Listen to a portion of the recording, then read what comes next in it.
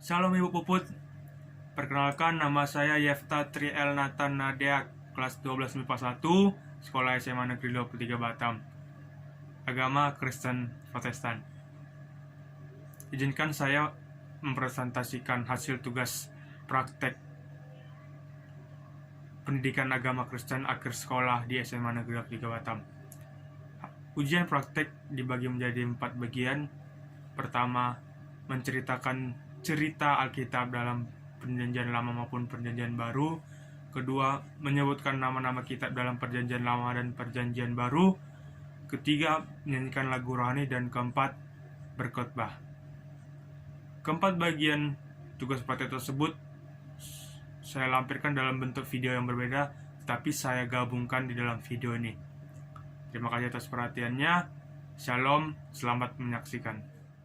Yang pertama yaitu menceritakan kisah cerita dalam Alkitab, baik dalam Perjanjian Lama maupun Perjanjian Baru. Di sini saya membawakan kisah Perjanjian Baru, yaitu tentang Yesus memberi makan 5.000 orang lebih, dan kisah daripada Marta dan Maria. Suatu hari dalam perjalanannya mengabarkan Injil, Yesus menyeberangi danau dari danau Galilea kepada danau Tiberias. Yesus menghampiri orang banyak yang telah mengikutinya dalam perjalanan pengabaran Injilnya. Orang banyak tersebut datang dengan membawa masalah, beban, dan membawa orang-orang sakit, orang yang mengalami sakit pada saat itu. Yesus datang menghampiri mereka dan melihat keadaan mereka dan melakukan mujizat penyembuhan dan memberi jalan keluar dari masalah orang tersebut. Dan bukan hanya melakukan mujizat, Yesus pun mengambil beberapa waktu untuk berkhotbah kepada banyak orang tersebut. Lalu tergeraklah hati Yesus untuk memberi makan banyak orang tersebut, dan Yesus menyuruh murid-muridnya untuk mencari makanan untuk orang sebanyak itu. Pada saat itu jumlah orang mencapai 5.000 orang lebih, dan yang hanya didapati oleh murid-muridnya yaitu hanya 5 roti dan 2 ikan. Lalu 5 roti dan 2 ikan tersebut diberikan kepada Yesus, dan Yesus mengatakan, "Duduklah, tunggulah sebentar, aku ingin berdoa mengucap syukur atas berkat makanan yang ada." Lalu Yesus berdoa dan mengucap syukur atas makanan berkat yang ada. Setelah berdoa, Yesus membagikan makanan tersebut kepada 5.000 orang yang lebih tersebut. Mujizat terjadi, 5 roti dan 2 ikan mampu mencukupi, mengenyangkan 5.000 orang lebih yang hadir pada saat itu. Dan karena dilihat masih banyak tersisa, Yesus menyuruh murid-muridnya untuk mengumpulkan sisa-sisa 5 roti dan 2 ikan tersebut. Dan setelah dikumpulkan sisa 12 bakul penuh dari tersebut. Itu dia kisah tentang Yesus melakukan mujizat memberi makan 5.000 orang lebih dengan 5 roti dan 2 ikan. Kisah yang kedua yaitu tentang Yesus menghampiri rumah Maria dan Marta. Ketika Yesus dan murid-muridnya dan banyak orang menghampiri rumah Maria dan Marta, Marta membuka pintu dan kaget melihat kehadiran Yesus dan murid-muridnya. Marta langsung lari dan dia berniat untuk menyiapkan segala keperluan yang akan dia berikan kepada Yesus dan murid-muridnya dan banyak orang yang datang pada saat itu. Dia menyiapkan segala kebutuhan makanan yang ingin dia berikan kepada Yesus dan semua orang yang datang pada saat itu. Pada saat bersamaan, Yesus sedang berkhotbah, dan Maria pun duduk tenang mendengarkan khotbah tersebut. Karena Maria duduk tenang mendengarkan khotbah Tuhan Yesus tersebut, Marta Marta kesal. Dan Marta mengatakan kepada Yesus, "Yesus, mengapa kau biarkan Marta duduk tenang di situ? Mengapa engkau tidak menyuruh dia untuk membantu aku menyiapkan segala persiapan yang akan kami berikan kepadamu?" Tapi jawab Yesus, "Marta telah melakukan hal yang sepastinya, hal yang sepatutnya." Maksudnya di sini, Marta telah memilih hal yang tepat untuk mendengarkan khotbah daripada Yesus. Dia tidak sibuk melakukan segala hal, tapi dia ingin mendapatkan berkat daripada khotbah tersebut. Tapi Marta mengambil jalan yang salah. Dia menghindar daripada khotbah untuk menyiapkan segala keperluan makanan yang akan diberikan kepada banyak orang. Itu dia 2 kisah daripada Alkitab. Keduanya saya ambil dari kitab Perjanjian Baru. Terima kasih. Kedua selanjutnya ialah menyebutkan nama-nama kitab di dalam Perjanjian Lama dan Perjanjian Baru. Saya mulai dari Perjanjian Lama, kitab Kejadian, Keluaran, Imamat, kitab Bilangan, Ulangan, kitab Yosua, Hakim-Hakim, kitab Rut, kitab 1 dan 2 Samuel, kitab 1 dan 2 Raja-Raja, 1 dan 2 Tawarik, Esra, Nehemia, Ester, Ayub, kitab Mazmur, kitab Amsal, kitab Pengkhotbah, Kidung Agung, Yesaya, Yeremia, kitab Ratapan, kitab Yeskiel, kitab Daniel, kitab Hosea, kitab Yoel, kitab Amos, kitab Obadjah, kitab Yunus, kitab Mika, kitab Nahum, kitab Habakuk, kitab Jefanya, kitab Hagai, kitab Zakaria, dan terakhir kitab Maleaki. Dalam Perjanjian Lama ada 39 kitab. Selanjutnya nama-nama kitab di dalam Perjanjian Baru. Kitab Matius, Markus, Lukas, Yohanes, Kisah Para Rasul, Roma, 1 dan 2 Korintus, Galatia, Efesus, kitab Filipi, Kolose, 1 dan 2 Tesalonika, kitab 1 dan 2 Timotius, Titus, Filemon, kitab Ibrani, Yakobus, 1 dan 2 Petrus, 1, 2 dan 3 Yohanes, Yudas, dan Wahyu. Dalam kitab Perjanjian Baru ada 27 kitab. Dan jumlah seluruh kitab dalam Alkitab ada 66 kitab. Terima kasih. Yang ketiga yaitu menyanyikan lagu rohani. Check it out.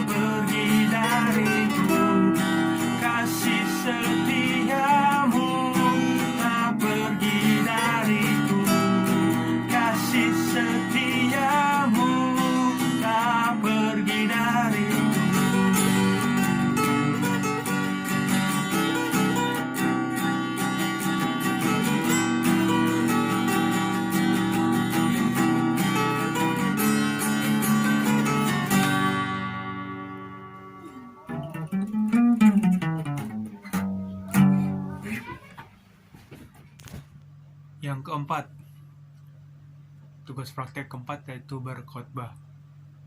Shalom semua yang menonton video ini, shalom Ibu Puput. Izinkan saya memberitakan sedikit dari isi firman Tuhan. Sebelumnya saya mau nanya kepada teman-teman, Pak Ibu Saudara, atau mungkin Ibu Puput juga yang menonton, bagaimana kehidupan kita pada saat-saat ini? Bagaimana apa yang kita rasakan pada saat ini? Di tahun 2021 ini, suatu masalah di dunia belum terselesaikan. Apa yang teman-teman Bapak Ibu rasakan dalam masalah di tahun ini, di masalah pandemi ini? Apakah tetap masih semangat? Apakah tetap masih kuat? Apakah tetap masih berserah kepada Tuhan? Saya berharap kita semua tetap kuat, semangat, dan berserah kepada Tuhan. Tidak dipungkiri, dalam setiap kehidupan kita, dalam setiap tujuan hidup kita, pasti ada saja yang namanya masalah, problema, hambatan. Pada saat kita ingin memiliki tujuan yang sangat baik, pada saat kita ingin memiliki pengharapan atau masa depan yang sangat baik, pada saat kita sedang melakukan tujuan tersebut, proses tujuan tersebut, pasti ada namanya hambatan, masalah, problema. Itu tidak bisa dipungkiri, itu pasti ada. Di dalam hal kebaikan pasti ada keburukannya. Di dalam setiap perjalanan tujuan kita pasti ada namanya hambatan. Tapi sebagai orang percaya, sebagai anak Tuhan yang memang sudah dipulihkan Tuhan, yang sudah diberkati Tuhan, dalam kitab Ayub pasal 42 yang pertama dan kedua mengatakan, maka jawab Ayub kepada Tuhan, aku tahu bahwa engkau sanggup melakukan segala sesuatu dan tidak ada rencanamu yang gagal. Dalam setiap masalah, dalam setiap problema yang kita hadapi pada saat ini, perikop ayat ini mengatakan kita tahu bahwa Tuhan mampu melakukan segala sesuatu dalam kehidupan kita, dan tidak ada rencana Tuhan yang gagal dalam kehidupan kita. Kita tahu rancangan Tuhan itu rancangan yang sangat baik. Yeremia 29 ayat 11, rancangan Tuhan, rancangan damai sejahtera untuk kehidupan kita. Di perikop ini mengarahkan kita untuk berserah kepada Tuhan. Di perikop ini untuk mengarahkan kita untuk menyerahkan hidup kita kepada Tuhan, menyerahkan apa yang menjadi persoalan kita, apa yang menjadi kekhawatiran kita saat-saat ini, untuk kita serahkan kepada Tuhan. Jangan biarkan hidup kita sendiri yang mengalami beban tersebut. Kita perlu pertolongan daripada Tuhan, kita perlu uluran tangan Tuhan. Dalam setiap masalah kita perlu yang namanya berkat daripada Tuhan, uluran tangan daripada Tuhan, supaya kita mampu melakukan atau melewati masalah tersebut. Kuncinya kita berserah, dan tunggu rencana Tuhan, dan tunggu rancangan Tuhan mampir dalam kehidupan kita. Tunggu waktunya Tuhan. Waktu Tuhan pasti yang terbaik. Tapi berserah bukan berarti menyerah.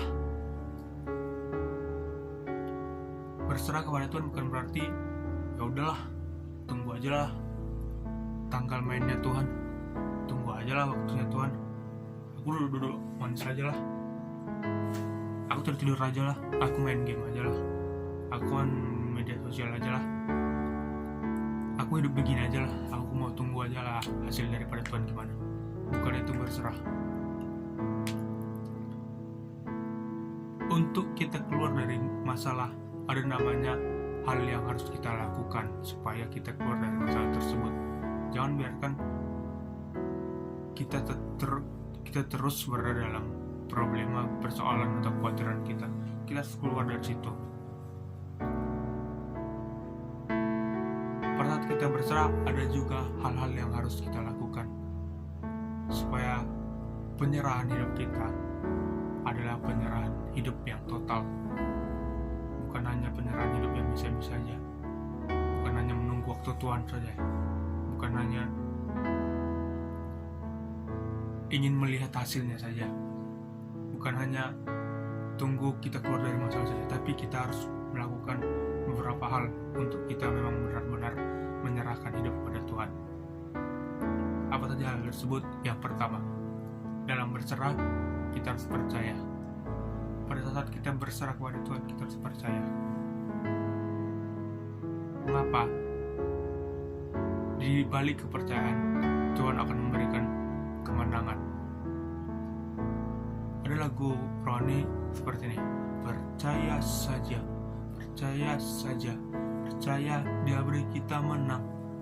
Nah, setiap kepercayaan kita kepada Tuhan, Tuhan akan mampu mengatasi setiap masalah kita. Tuhan akan mampu memberikan kita kekuatan untuk melewati masalah kita. Siapa contohnya? Contohnya dalam Alkitab ada tokoh Abraham. Dia percaya dalam setiap perkataan Tuhan. Dia percaya dalam setiap firman Tuhan, perkataan yang Tuhan sampaikan. Dia percaya akan janji Tuhan. Tuhan berjanji kepada Abraham akan menjadi bapa dari segala bangsa-bangsa. Tetapi setelah Tuhan berfirman seperti itu, dia menikah dengan Sarah. Apa yang terjadi? Hampir 1 abad umur daripada Abraham dan Sarah, masih saja mereka tidak memiliki anak. Dalam hal logika mungkin ini sesuatu yang sangat tidak bisa dipercayai, sulit untuk mempercayai Tuhan pada saat ini. Di masa-masa tua, Abraham dan Sarah belum punya anak, tapi mereka mengingat, Abraham mengingat bahwa janji Tuhan yang pernah Tuhan katakan. Apakah menurut logika, apakah kita harus tetap percaya kepada Tuhan? Jawabannya itu tetap percaya. Abraham tetap percaya kepada Tuhan. Dia pasti akan mempunyai anak. Buktinya apa? Di umur yang ke-100 tahun, Abraham mendapatkan anak, yaitu Ishak. Walaupun pada saat itu Sarah tidak percaya akan perkataan firman Tuhan. Dia malah tertawa. Mana mungkin aku yang sudah tua ini akan memiliki anak, kata Sarah kepada Tuhan. Tapi Abraham tak percaya. Dan semakin lagi diuji imannya Abraham oleh Tuhan. Tuhan menyuruh untuk mempersembahkan Ishak anaknya kepada Tuhan. Menurut logika, apakah kepercayaan ini masih bisa ditetapkan, masih bisa dijaga dalam kehidupan kita? Tuhan menjanjikan kepada Abraham menjadi bapa segala bangsa-bangsa, tapi malah Tuhan menyuruh Abraham untuk mempersembahkan satu-satunya anak daripada Abraham, yaitu Ishak, untuk dipersembahkan kepada Tuhan. Logika, aduh, apakah aku harus masih tetap percaya kepada Tuhan? Tapi Abraham bagaimana? Abraham tetap percaya dan dia mengikuti segala perintah Tuhan. Dan buktinya apa? Tuhan menunjukkan rencana yang indah. Hal yang pertama tadi percaya. Hal yang kedua yaitu kita harus keluar dari zona keterpurukan. Kita harus keluar dari namanya zona nyaman. Kita harus keluar dari zona yang membelenggu hidup kita. Kita harus bertindak. Jangan biarkan hidup kita terus berada dalam masalah tersebut. Kita harus bertindak. Kita harus melakukan suatu hal yang mampu mengubahkan hidup kita. Jangan biarkan hidup kita terus berada dalam masalah tersebut. Kalau kita terus menunggu dan terus kita berada dalam masalah tersebut, kita tidak melakukan apa-apa. Kita tidak akan tahu bagaimana rasanya menghadapi suatu masalah yang sebenarnya. Jadi kita harus bertindak untuk keluar dari zona keterpurukan, zona kekhawatiran, zona masalah. Kita harus bertindak, kita harus mengubah.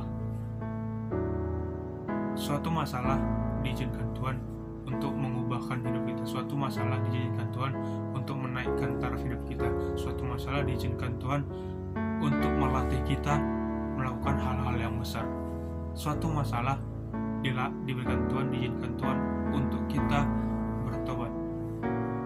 Jadi kita harus bertindak, kita harus keluar dari zona keterpurukan tersebut, dan biarkan kita terus berada dalam zona tersebut.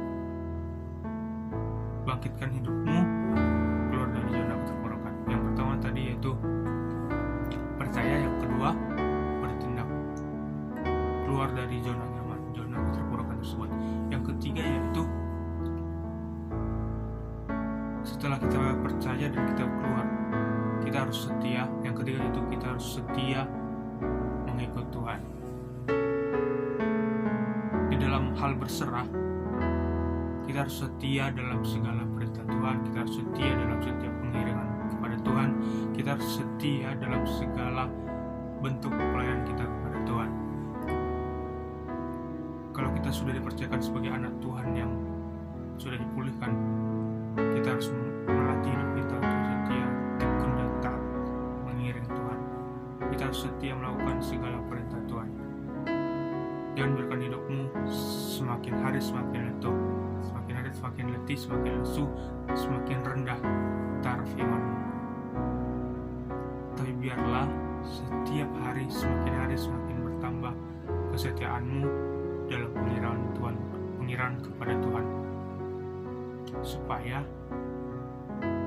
penyerahan kita tersebut adalah penyerahan hidup yang total, bukan penyerahan hidup yang biasa-biasa saja. Itu dia teman-teman, Bapak Ibu dan Ibu yang menonton video ini. Dalam hal berserah kita harus melakukan 3 hal yang saya sampaikan pada saat ini. Kita percaya dulu, percaya bahwa kita akan melihat rencana Tuhan yang sangat indah. Hal yang kedua dalam hal berserah kita yaitu kita bertindak. Kita harus keluar, kita harus melatih hidup kita untuk keluar dari zona keterpurukan tersebut. Kita tidak boleh dalam zona permasalahan terus. Kita harus keluar. Kita harus melatih hidup kita, melatih diri kita untuk melakukan hal yang benar di hadapan Tuhan.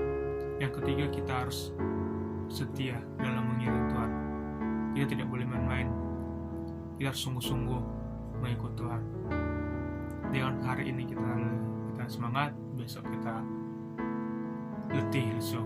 Besoknya lagi kita semangat, besoknya lagi kita letih lesu. Semakin hari semakin letih lesu. Tidak, tapi kita harus setia, tetap tunduk dan taat dalam segala perintah Tuhan. Kita tetap melakukan perintah Tuhan, supaya dalam segala kekhawatiran, dalam segala masalah hidup kita bisa menang atas segala hal tersebut. Salah satu kunci kita keluar dari zona permasalahan hidup, perjalanan problema hidup, yaitu kita berserah. Dan kita tidak tinggal diam saja dalam penyerahan hidup pada Tuhan. Ada hal-hal yang kita harus lakukan, seperti tadi ada 3 hal: percaya, bertindak, keluar dari zona keterpurukan, dan mengikut Tuhan dengan setia. Dan percaya bahwa ketika kita sudah melakukan semua itu, kita akan menerima hidup yang lebih baik lagi, dan kita akan keluar dari permasalahan. Dan tujuan hidup kita yang awalnya tadi kita ingin mencapai suatu tujuan yang sangat indah, sangat baik, kita akan menerima hal tersebut karena kita sudah dilatih oleh Tuhan dalam hal penyerahan diri. Tuhan sudah melihat bagaimana kesungguhan hati kita untuk berserah kepada Tuhan, menyerahkan segala kekhawatiran kita, dan Tuhan akan berkarya dalam kehidupan kita. Terima kasih telah menyaksikan video ini. Saya adalah manusia yang tidak sempurna, masih jauh dari kata sempurna, dan saya juga bukan seorang yang mampu memberitakan firman dengan sangat baik. Saya minta maaf atas kekurangan saya dalam memberitakan firman Tuhan. Ada kesalahan mungkin yang saya ucapkan, kesalahan yang saya katakan, mohon maaf. Boleh diberi saran diperbaiki untuk kualitas hidup saya juga semakin terlatih. Firman ini bukan hanya untuk bagi yang menonton, tapi firman ini juga untuk pada saya, untuk melatih hidup saya, untuk menyerahkan diri kepada Tuhan. Terima kasih telah menonton. Saya minta maaf atas kekurangan saya dalam memberitakan firman Tuhan. Terima kasih. Shalom. Itu dia bobot video-video hasil tugas praktik saya, mulai dari menceritakan kisah cerita Alkitab, kedua menghafal nama-nama kitab dalam perjanjian lama maupun perjanjian baru, ketiga yaitu menyanyikan lagu rohani, keempat berkhotbah. Terima kasih telah memberikan tugas praktik ini bobot. Saya mohon maaf jika masih banyak kekurangan dan apa yang saya lakukan masih jauh dari kata sempurna. Saya mohon maaf. Jika ada hal yang ingin disampaikan, saran atau kritik mengenai tugas praktik, boleh sampaikan. Puji Tuhan, tugas praktik ini telah selesai. Saya tutup. Terima kasih. Shalom. Tuhan Yesus memberkati.